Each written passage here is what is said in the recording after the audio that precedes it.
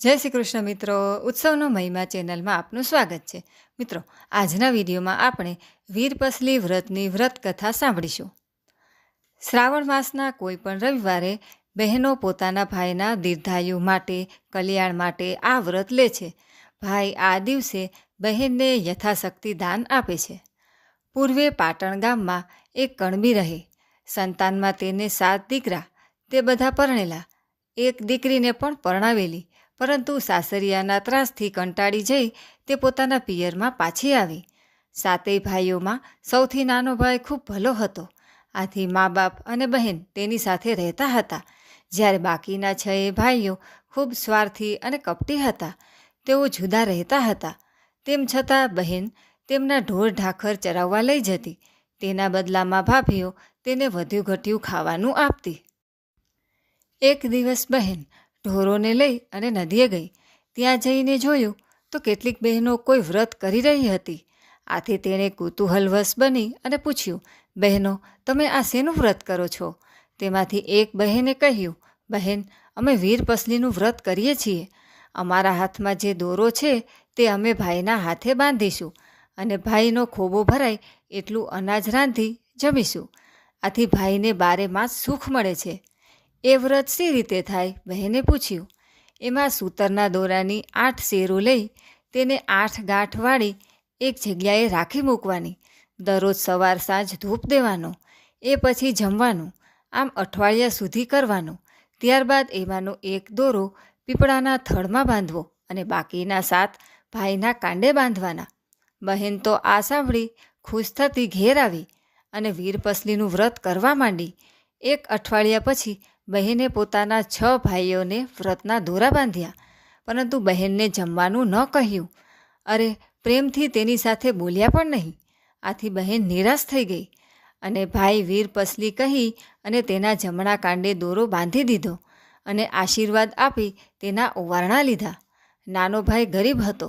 આવા સમયે બહેનને શું આપવું એની એને મૂંઝવણ હતી. આથી બહેને કહ્યું, ભાઈ, તું જરાય મૂંઝાઈશ નહીં. તું જે આપે તે હું લઈ લઈશ. નાના ભાઈ પાસે ખેતરમાં વાવવા માટે કોદરા પડ્યા હતા.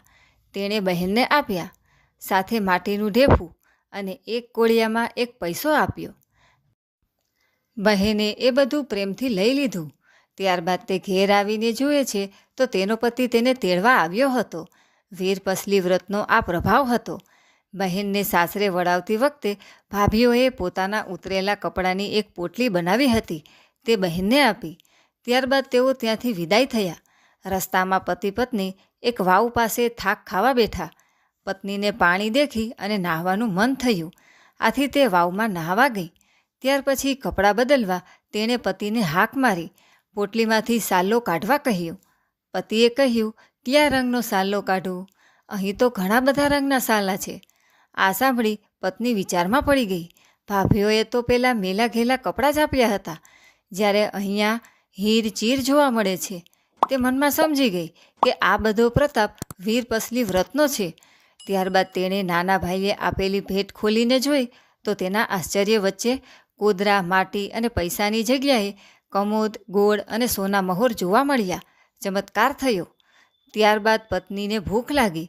આથી પતિ નજીકના ગામમાં ખાવાનું લેવા ગયો. પત્ની થાકી હતી. તે ત્યાં જ વાવના કિનારે સૂઈ ગઈ. થોડી વારે ઉઠીને જુએ તો વાવની જગ્યાએ એક ભવ્ય મહેલ ખડો થઈ ગયો હતો અને પોતે એક ઝરૂખામાં વસ્ત્ર અલંકાર પહેરીને ઊભી હતી. થોડી વારે તેનો પતિ આવ્યો અને વાવની જગ્યાએ મહેલ જોઈ અને આભો બની ગયો. પત્નીએ બૂમ પાડી તેને ઉપર બોલાવ્યા અને કહ્યું કે આ બધો પ્રતાપ વીરપસલીના વ્રતનો છે. સમય જતાં વહુના પિયરિયા કર્મે કરી દુઃખી થઈ ગયા અને વખાના માર્યા ફરતા ફરતા મહેલ આગળ આવી ઊભા. વહુએ તરત પોતાના ભાઈઓને, ભોજાઈઓને તથા મા બાપને ઓળખી કાઢ્યા, પરંતુ તેઓ રાણીને ઓળખી ન શક્યા અને રાણીએ પણ પોતે કોણ છે તે જાહેર ન કર્યું. એ દરેકને બીજે મહેલ બંધાતો હતો ત્યાં મજૂરીના કામે લગાડી દીધા. નાના ભાઈ ભોજાઈને તથા માતા પિતાને મહેલમાં રાખ્યા.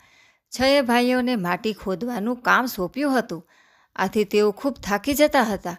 ખાવામાં પણ તેમને સૂકા રોટલા અને શાક જ આપવામાં આવતું હતું. આમ થોડો વખત ચાલ્યા પછી એક દિવસ નાની બહેને રાણીએ મહેલમાં જાત જાતની રસોઈ બનાવડાવી અને પોતાના સાતેય ભાઈઓને, ભોજાઈઓને અને માતા પિતાને જમવા બોલાવ્યા. નાની બહેને માતા પિતાને અને નાના ભાઈને કંસાર પીરસ્યો અને વાઢીએથી ઘીની ધાર કરી ઉપર સાકર નાખી. જ્યારે અન્ય ભાઈ ભોજાઈઓના ભાણામાં લાકડા જેવા લાડુ અને ખારી દાળ પીરસ્યા. એ જોઈ તેઓ બોલ્યા, અમારાથી આ સી રીતે ખવાશે?